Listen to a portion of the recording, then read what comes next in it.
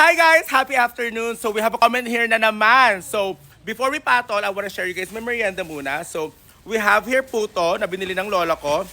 And we also have tupig here na marami nagbebenta kasi sa gilid kaya napabili na rin po si lola. But here nakalahati ko na nga po siya. Sobrang sarap. And I like mixing it with coffee kasi masarap po siya. Ay, hindi ko siya dinidip pero I love to just drink it with coffee, di ba? Yun na. So basahin na natin to. Gano ka ba talaga kayaman? Totoo ba talaga la? Guys, lagi na lang ito yung comment nyo sa akin, OMG. Pero, I just wanna say na hindi po talaga kasing yaman ng mga artistang kino-compare nyo po talaga sa akin. Talaga, oh, ano naman yun? Pwede ba kami meron chinelas pang tumbang preso? Ano, chinelas pang tumbang preso? Opo. Oh, meron doon. Kunin mo yung Hermes, merong Birkenstock doon, tsaka yung Yeezy. Kunin nyo, ah. Ay, naku, itong mga batang to talaga, hindi nyo ako. Oh, yan, oh. Ito yung Yeezy, mga 8,000 bili ko dyan, ha. Oh, punta ka na doon.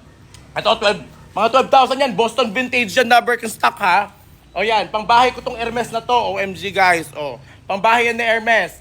Mga magkano to kuya po? Mga 50,000. 50,000 yung pambahay ko na yan, kaya ingatan nyo. Dapat manalo kayo, ha. Pag di kayo bumalik na hindi nanalo, sige, go. Oh, ano na naman? Pwede ba kami humingi ng pera pang pusta lang namin? Pumupusta kayo? Opo. Oh, kunin yung wallet ko doon. Itong mga batang to talaga, may natututo na sa mga tito nila. Pusta. Oh, akin na nga. Magkano? 1K lang po. Ha? 1K po. 1K ang pusta nyo? Opo. Grabe naman kayo, oh. Pag yun napaubos nyo, sinasabi ko, oh. Pag kayo hindi nanalo, Itong mga batang to talaga, walang kasawaan. Pero it's okay kasi habang bata pa sila, enjoy na nila yung pagkabata nila. At least nandito naman sila, mabait naman yung tita nila. Kaya okay lang. Kaya let's go! Hindi ako mayaman! Kaloka ka.